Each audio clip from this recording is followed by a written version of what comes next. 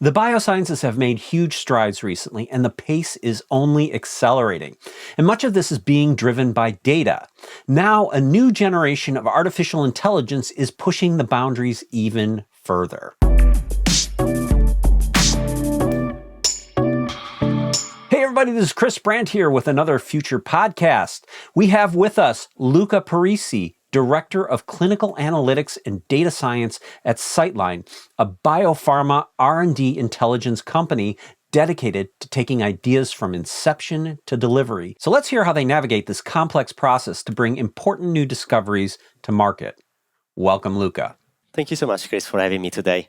So I lead a team of data scientists focused on leveraging advanced analytics techniques and algorithms to develop and deliver industry-leading clinical analytics solutions that enhance and optimize clinical trial planning and execution strategies, therefore positively impacting millions of patients' lives. That's a mouthful. That's a mouthful of. We're gonna have to break that down a little bit because I think what's interesting about it is you guys do actually a lot of stuff, and that's why it's a big it is. A lot of big words here. But yeah, I mean, you guys literally take the idea of a drug from the sort of the pathology of it to all the way to manufacturing it and distributing it, right? So that's you help companies take it from the inception, taking from the pathology all the way to delivering a drug for your customers. That's right. In fact, we provide the comprehensive real-time R&D intelligence services to really collect data from a global landscape of clinical trials with our products, Trial Trove, for example, as well as organizations and sites that actually run the trials and investigators that conduct them in Site Trove, and also to inform on the drug development pipeline with our product called Pharma Projects that has got data on over 100,000 drugs. So you can imagine the wealth of data that we provide and the insights that are coming out of it that are ultimately speeding up the process that it takes to manufacture a drug and ultimately deliver it to the patients that need them the most. That's a whole lot of stuff that you guys offer. Can you sort of talk through the process of developing a drug or a pharmaceutical? I think it's a really complex and expensive and time-consuming process. Can you walk us through those stages and how that all comes together? So you may have heard this many times, but in the life sciences industry, it takes about 10 to 12 years to take a drug to the market. Wow. And it costs on average $1.3 billion. That's per each drug. That's really like a lot of time and cost, but most importantly, a very complex process that starts from scientific breakthroughs or discoveries when it comes to identifying the target of interest, which is effectively a particular molecule that then can target a particular disease to be able to treat it or to be able to slow down the progression of a disease.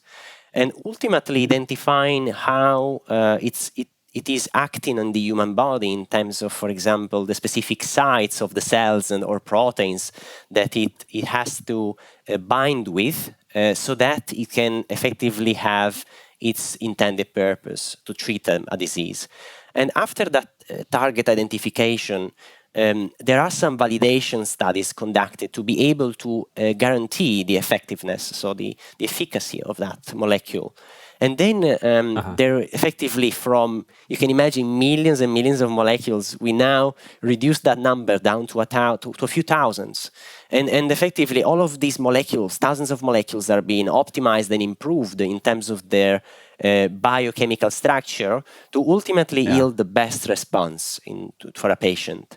And effectively, you have all these combinations of molecules that ultimately have to yield the best efficacy as well as, for example, improve absorption, solubility, and developability of the drug within the human body. And after that, we move on to the next phase of the clinical trial development, which is the preclinical phase.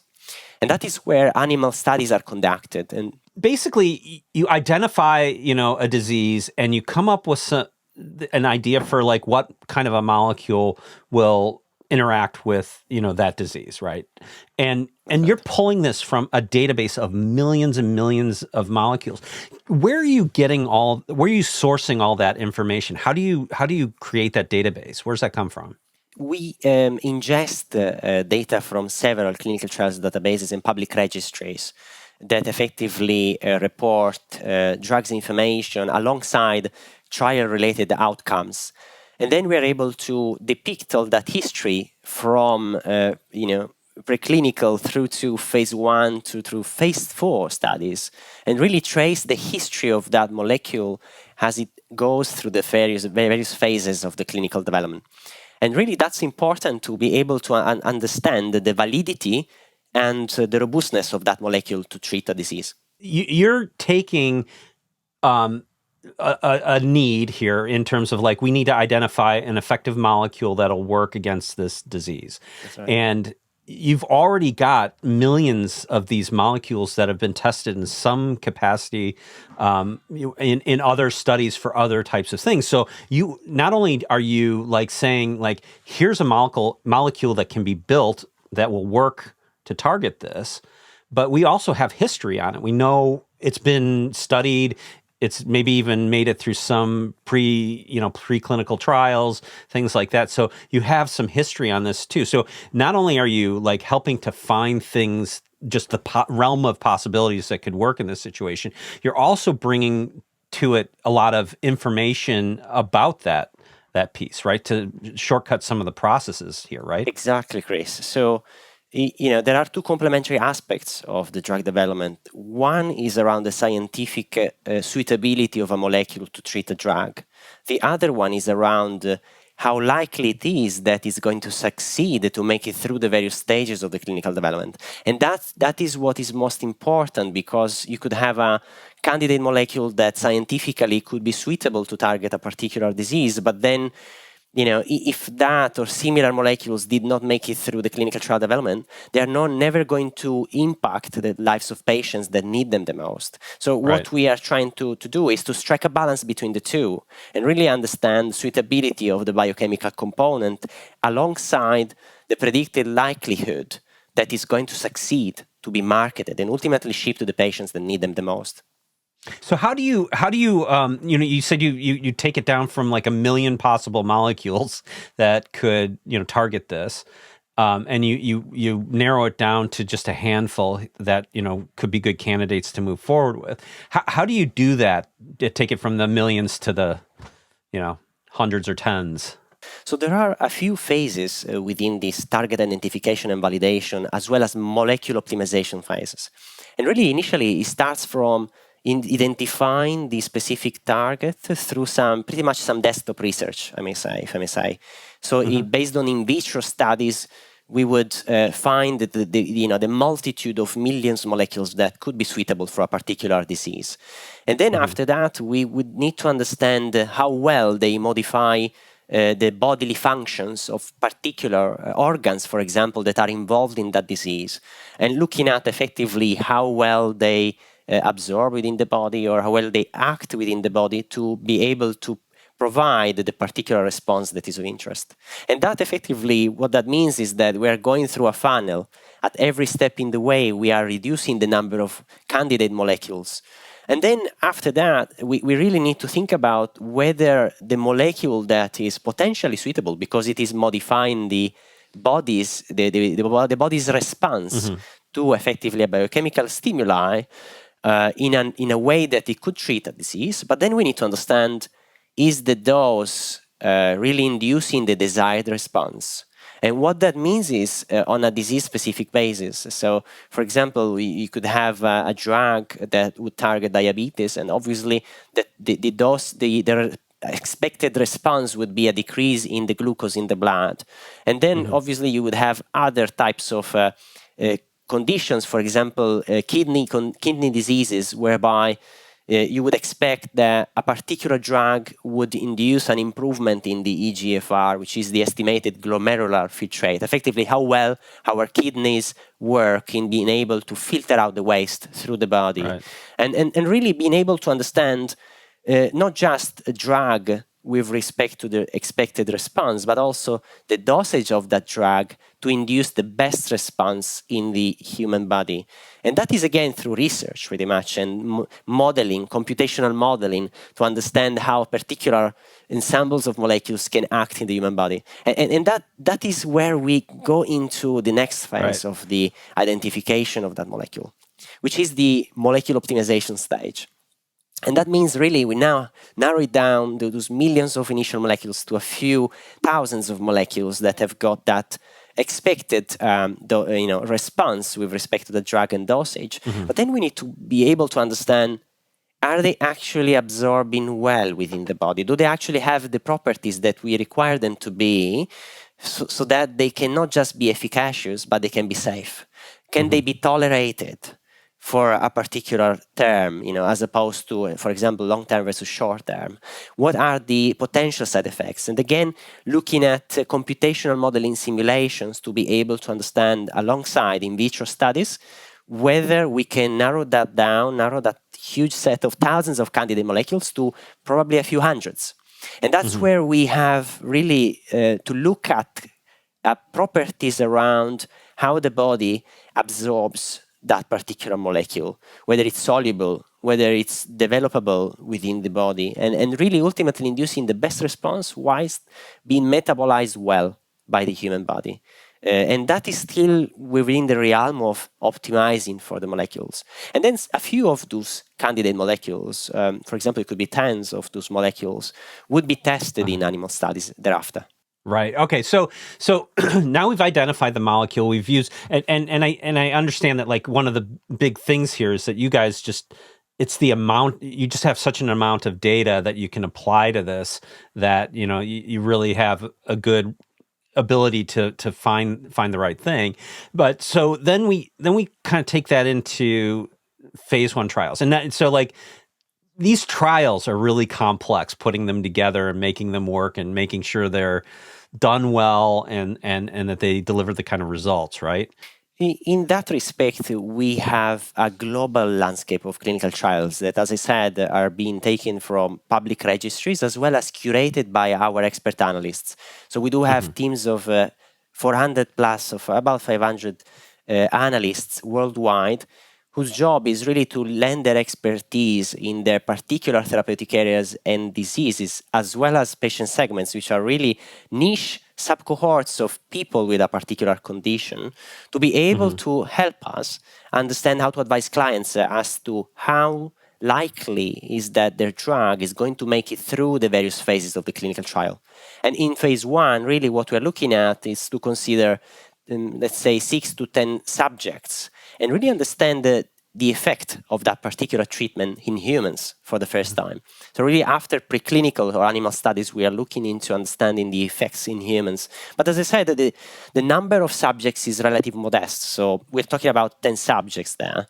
And then, therefore, we leverage our history of clinical trials and we look to identify similar trials that have been run in the past to be able to infer the likelihood of success of that particular trial that is being designed within phase 1. And that's a crucial phase because even though it involves a few subjects, it's crucial because at every step in the way, the clinical trials can fail. And we know how much that costs. I've mentioned it at the beginning of the podcast. So, and one thing that is worth noticing, and you might have heard this reference many times, but I think it's important to say that 80% of the trials fail. And going back to the cost, we're talking about 1.2, 1.3 billion US dollars per drug of obviously costs that are unfortunately not being invested in that way for that particular drug. And that means that delays also the treatment for the patients that need them. So it's very important to be able for us to advise clients to increase the likelihood of success of the trials from a design standpoint. You might have heard of it, set up your, for example, in this case, trial by design to success. And really setting it from the study characteristics. For example, should we choose a particular subset of patients as opposed to another? Should we choose specific countries to run the trial on as opposed to others?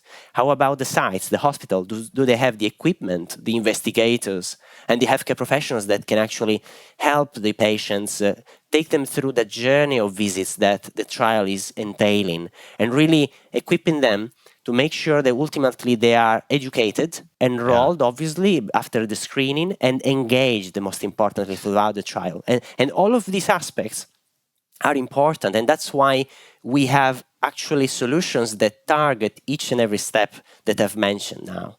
Historically, we've had a lot of challenges in this area, particularly because a lot of drugs did not get tested against a broad subset of the population, right? I mean, you have a lot of things that were just never tested on women, or they weren't tested on people of color, or they weren't tested on children.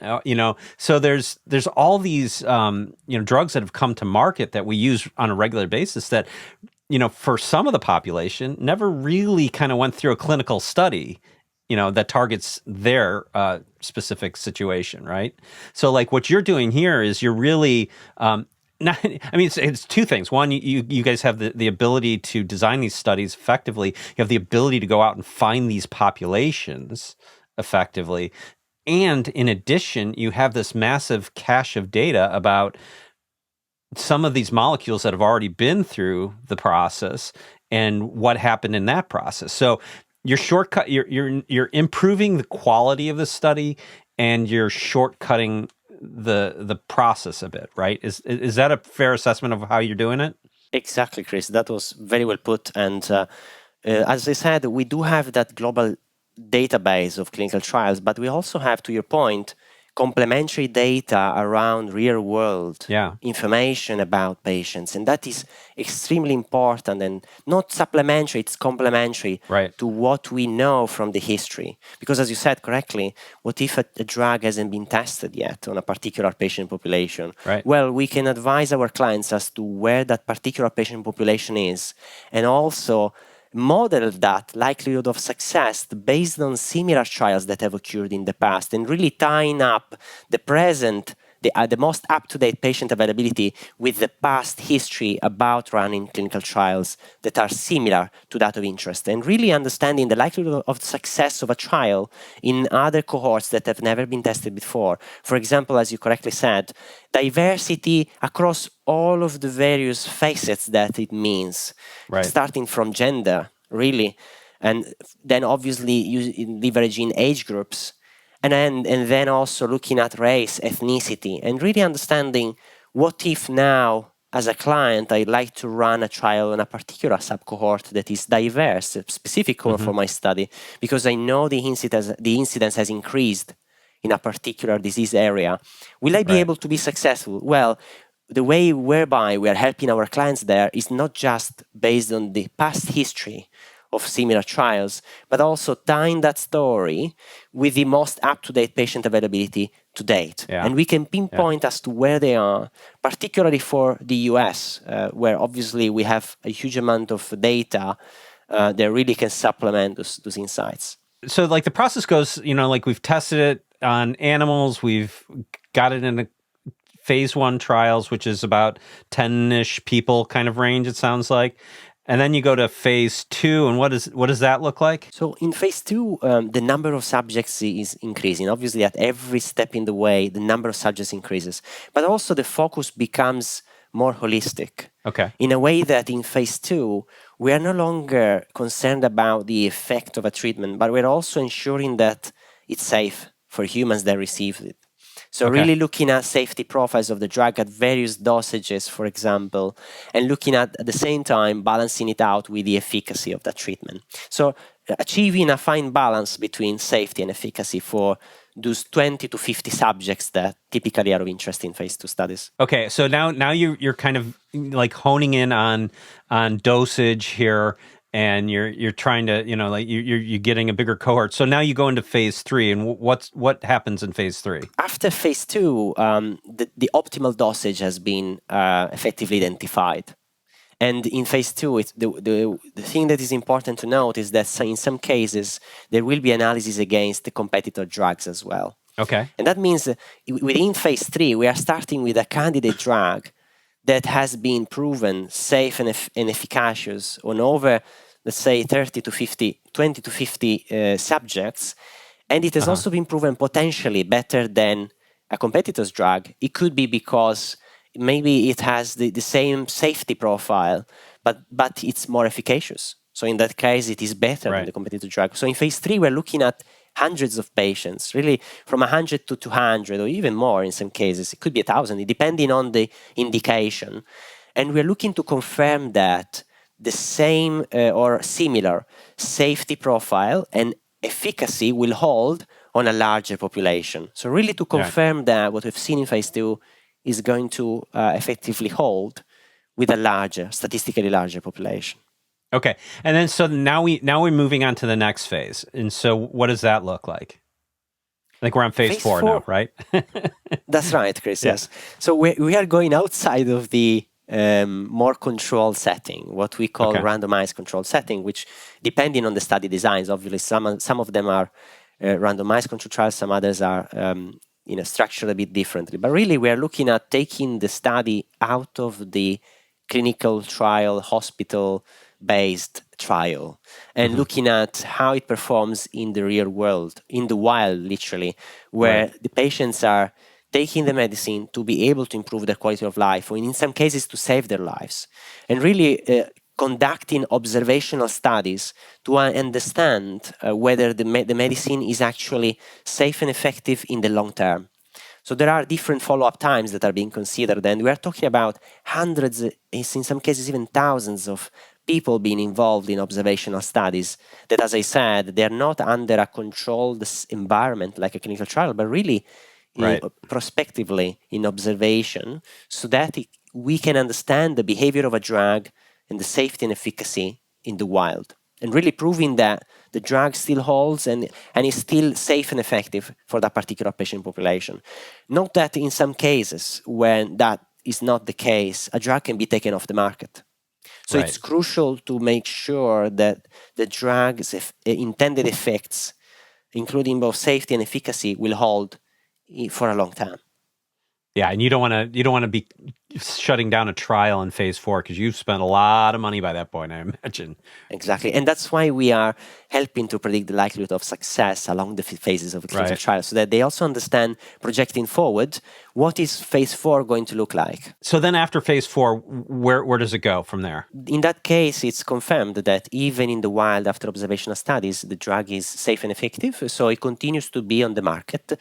And until obviously, it's possible. So it all depends again on whether the various regulatory bodies receive warnings from the public, or that obviously have to go through reviews of pharmaceutical companies that have manufactured those drugs. So everything really can happen after that as well. But the likelihood of success is pretty much guaranteed after that. You help these companies also figure out how to manufacture this stuff as well. Is that correct? I would say partly, in a sense that and I would say indirectly rather than directly, because we do have a database of drugs that, as I said, is called Pharma Projects, which has been used by sponsors, so pharmaceutical companies that are manufacturing the drugs. However, they are consuming it and as a, let's say, source of R&D intelligence to be able to then make up those relationships between molecules and understand how to best effectively design the drug. But we are mainly involved instead within the traditional clinical trial development, within human studies, so really from phase 1 through to phase 4 studies, looking at, again, optimizing the likelihood of success given certain study characteristics. For example, particular protocol design criteria or eligibility criteria of the specific patient population to be enrolled, how to best enroll the subjects across various countries and sites, and which investigators would be best equipped to actually conduct the study as a principal investigator, given not just their past history, but also the presence of patients that match those particular inclusion and exclusion criteria. So really, we are mainly involved from phase 1 to phase 4 studies, I would say, as a company. Yeah, now, another thing that I think that kind of grows out of all this data that you've collected and you have is that sometimes drugs come to market and they're effective in the market and they're widely used, but we discover that there's off-label uses, right? They're diseases and things that these drugs can target and be beneficial for that they weren't initially created and the studies were designed to treat. But because you have all that clinical data, you can identify off-label uses that may be effective, right? So one way to do so is to actually understand the relationships between certain molecules and certain diseases, and looking at really understanding and then tying that back to the historical success of certain drugs in those particular diseases. So it's the combination of this wealth of data that really ensures that clients can understand how to best repurpose the drugs to be able to treat additional diseases that they weren't even thought of before. And we've seen that with benevolent AI, for example, repurposing Eli Lilly's drug that was meant to treat rheumatoid arthritis, like baricitinib, and to repurpose it to treat severe cases of hospitalized patients with COVID-19. And that was done in record time. And it would have never been possible unless AI would have been used to mine those patterns and those associations, between the data points, and really pinpoint as to which of those millions, potentially millions of candidates could have been viable for a trial in humans at the time where humanity was really hanging over wire. So it was really important to use AI to be able to do that in record time, to be able to face that pandemic. Now you're talking about something that doesn't even have to go through that whole study process necessarily that you just outlined, because it's already gone through it, and the efficacy and the safety at least has been identified. And now you're just saying, like, this will also, it's kind of like a freebie. We made this drug to solve this problem, but it also solves this problem. And that's the time to market for that, and the ability to help people quicker is really compelling there. And using AI to get there is a really interesting piece of that. Again, going back to the example I provided before, it took about 2 years and roughly 3 months to get to the stage of identifying that particular molecule and repurpose it for COVID-19, really. And that would have never been possible without AI. As I said, it typically takes 10 to 12 years. And as you said correctly, the reason is that the safety and efficacy profile were already proven in particular indications like rheumatoid arthritis. So it took actually much less to be able to figure out, and obviously facing the pandemic with an emergency use authorization from the FDA, to be able to market the drug fast and following successful outcomes in phase 3 studies. So they still go through, obviously, the clinical trial development, but with much more accelerated timelines. And obviously, in terms of when we're looking at the need from a population health standpoint, that also helped to speed up really the life cycle of a trial, and ultimately achieve a 38% reduction in mortality, considering that drug repurposed by AI. That's amazing. But, you can take that even a step further, right? Because I know that one of the things that you guys are looking at too is the idea of, personalized medicine, right? You've got all this data, and, individuals have sort of unique kind of, biology and situations and comorbidities and all that. And you can apply your data to help with that as well, correct? So it ultimately goes back to tying up this multitude of data sets. And for example, when you consider biomarkers, from lab tests or medical imaging data, all of these tell a picture about the patient and really help us to pinpoint as to which other historical patients they may be more similar to, and really to achieve that both personalized medicine approach, as well as understand whether certain treatments in the past for a similar patient have worked for that particular individual. So really not just modeling that subject in isolation, but in tandem with historical patterns that are best suited and more closely related to their individual needs and profile with respect to obviously their biochemical, let's say, nature. They could be due to biomarkers, as I said, coming from various places.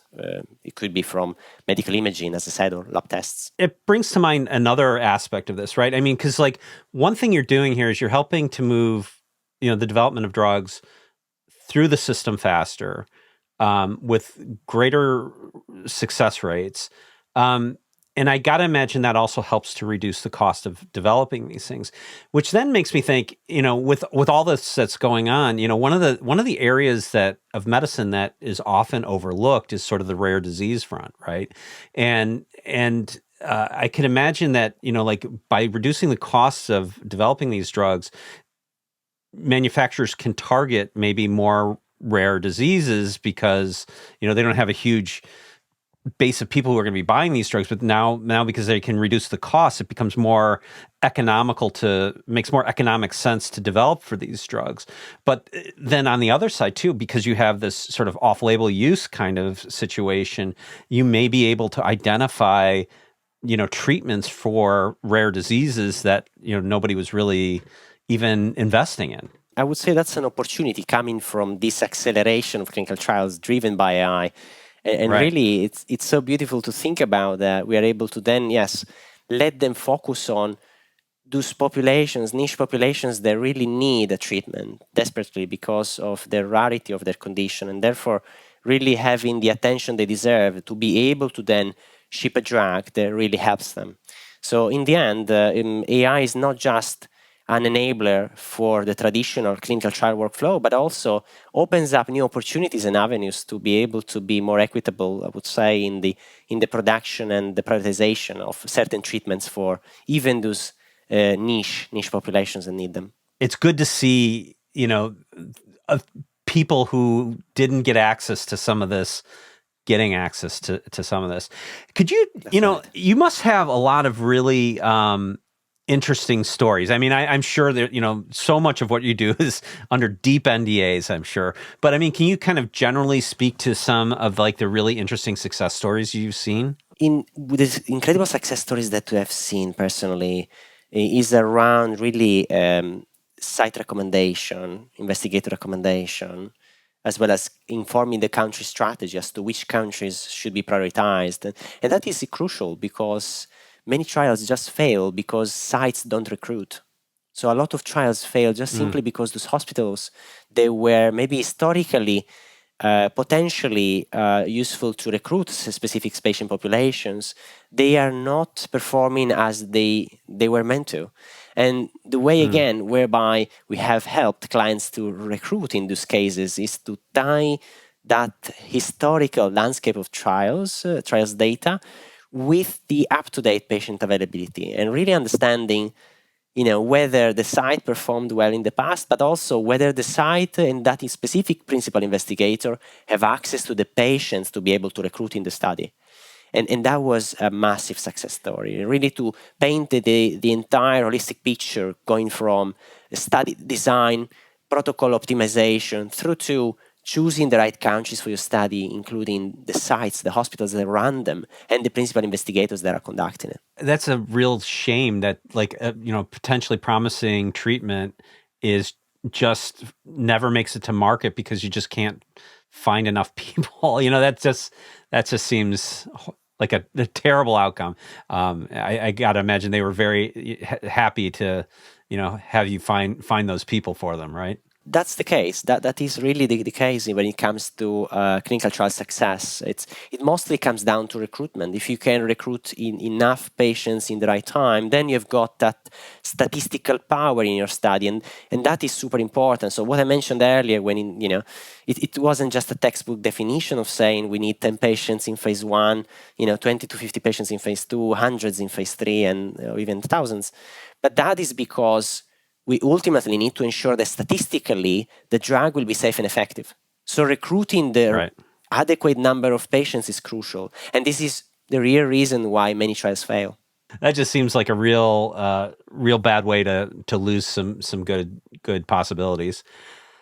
So tell me, like, what's next for Citeline? I mean, like, where do you guys go from here? You're helping bring drugs to market faster and better. So what's next for you guys? To be honest, baking some solutions that are quite cutting edge that leverage, for example, generative AI, as well as the more traditional machine learning algorithms and statistical tools to be able to take a drug to the market faster at all of the phases of a clinical trial, but also all of the phases of its life cycle. So coming from, let's say, protocol design through to optimization, so really optimizing those inclusion and exclusion criteria so that a study by design doesn't end up being a rare disease study because the specific inclusion and exclusion criteria are too strict. So, and that's also a pain point in the industry. We are helping our clients, and we will help our clients with some very cutting-edge solutions around specifically optimizing those inclusion and exclusion criteria and really helping them even before understanding which countries and which sites and which investigators to choose to set the trial up for success. So we really want to make sure that the study is designed with a way whereby it can recruit the patients that it needs to be able to ultimately bring that drug to the patients faster. So really that is a key component of our focus at the moment. When you start introducing AI into all of this, just the possibilities get endless. And I think that, at some point too, there's going to be some really interesting, modeling and things like that that's going to come out of this that's going to help maybe even shortcut some of these, trial phases, right? Because we could do, some of that analytical work in models, ahead of actually trying it in humans to get a better understanding of how it's going to react, right? Exactly, Chris. It's all about using technology to assist the clinical trial designers, planning, and execution teams on the ground to ultimately foresee potential risks and understanding which mitigation actions they need to put in place before they actually happen, before those risks actually become manifest. And that's how we are enabling our clients with our data, their data, as well as our AI capabilities that sit on top of them to be able to ultimately yield those insights before the risks become manifest. I got to say, thanks for doing the work. As I get older and I'm now on more things, because getting old sucks. It just like I'm excited to see organizations like yours, companies like yours, really sort of speeding up the development of these things and acting as kind of like a force multiplier on that discovery front, right? And I think that's just awesome, and keep doing it. I want to see where you guys go next. I'm excited to see what comes out of your efforts, and I just want to say thanks so much for being on and telling us all about this, what is sometimes a very confusing landscape for the lay folks here. So thanks so much for coming on and explaining it, and thanks for driving us into the future. Thank you much, Chris, for this great opportunity and great as well possibility to be able to ponder upon the journey that we've done so far and where we're headed next. Really, ultimately, with the same mission to ultimately impact the millions of patients' lives out there positively. So thank you so much, Chris. Yeah. Thanks for watching. I'd love to hear from you in the comments. And if you could, give us a like, think about subscribing, and I'll see you in the next one.